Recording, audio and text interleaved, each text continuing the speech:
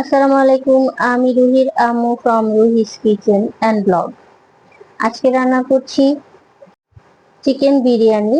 আর এর জন্য আমি নিয়ে নিয়েছি 3টা মুরগি।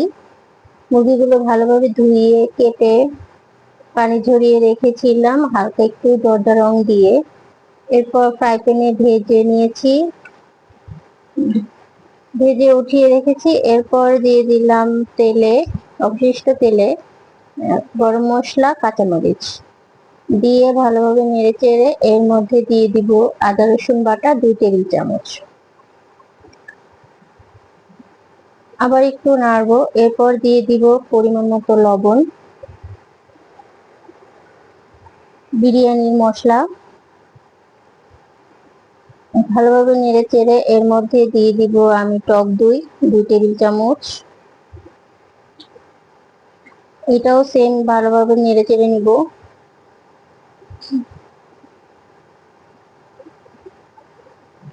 এরপর আমি এর মধ্যে দিয়ে দিব বাদাম বাটা, কাজু বাদাম, পেস্তা বাদাম, আর দিয়ে দিচ্ছি হলো পোস্ত দানা। এবার এগুলোকে ভালোভাবে মিশিয়ে নিব। এরপর দিয়ে দিব হালকা পরিমাণে পানি, মশলাটা কষানোর জন্য যতটুকু প্রয়োজন ততটুকু দিয়ে মশলাটা ভালোভাবে কষিয়ে নিব। বেশ কিছুক্ষণ কষানোর পর যখন তেলটা উপরের দিকে চলে আসবে এর মধ্যে তারপর আমি দিয়ে দিব হলো আগে থেকে ভেজে রাখা মুরগিগুলো।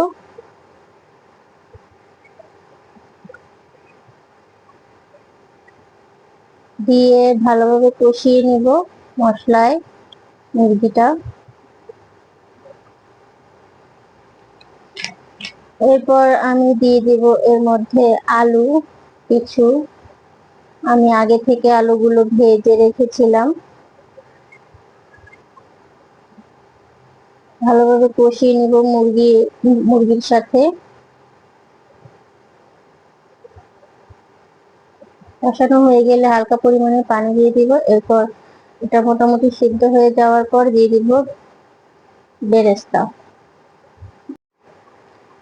এরপর বেরেস্তা দিয়ে ভালোভাবে নেড়ে চেড়ে এর মধ্যে দিয়ে দিব পানি পরিমাণ মতো। অল্প কিছু পরিমাণে দিব কারণ আমার 90% হয়ে গিয়েছে মাংসটা। পানি দিয়ে ভালোভাবে নেড়ে চেড়ে কিছুক্ষণ ঢাকা দিয়ে রেখে দিব। অলমোস্ট হয়ে গিয়েছে আমার মুরগি। এখন আমি মুরগির মাংসগুলো তুলে নিব। আলাদা একটি পাত্রে মাংসগুলো উঠিয়ে নিব কারণ এই মশলা দিয়েই আমি বাকি কাজটা শেষ করব। সেটা হচ্ছে এই মশলাতেই আমি পোলাও রান্না করব। এখন পোলাও রান্না করার জন্য অন্য একটা পাতিল বসিয়ে দিয়েছি আর সেই পাতিলে সেই অবশিষ্ট মশলাগুলো সেগুলো ঢেলে দিয়েছি, সাথে একটু ঘি দিয়ে দিয়েছি। এরপর পোলার চাল দিয়ে দিয়েছি। চালটা ভালোভাবে নেড়ে চেড়ে দিয়ে দিব পানি পরিমাণ মতো। পানি দিয়ে এর মধ্যে দিয়ে দিব গুঁড়া দুধ, লবণ দিয়ে দিয়েছি পরিমাণ মতো। এবার ঢাকা দিয়ে রেখে দেব এটা পানিটা শুকানোর আগ পর্যন্ত। কিছুটা উপর থেকে দিয়ে দিব কাঁচামরিচ।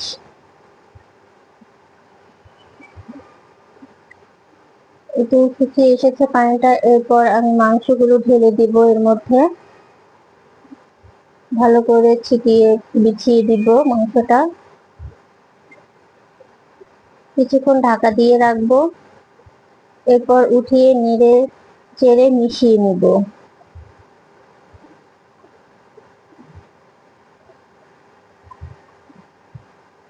একদম ভালোভাবে মিশিয়ে নিব।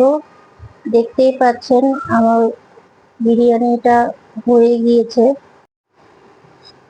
এখন আমি এটা নেড়ে চেড়ে ভালোভাবে এটার উপর দিয়ে বেরেস্তা দিয়ে ছিটিয়ে পরিবেশন করব। Thanks for watching my video.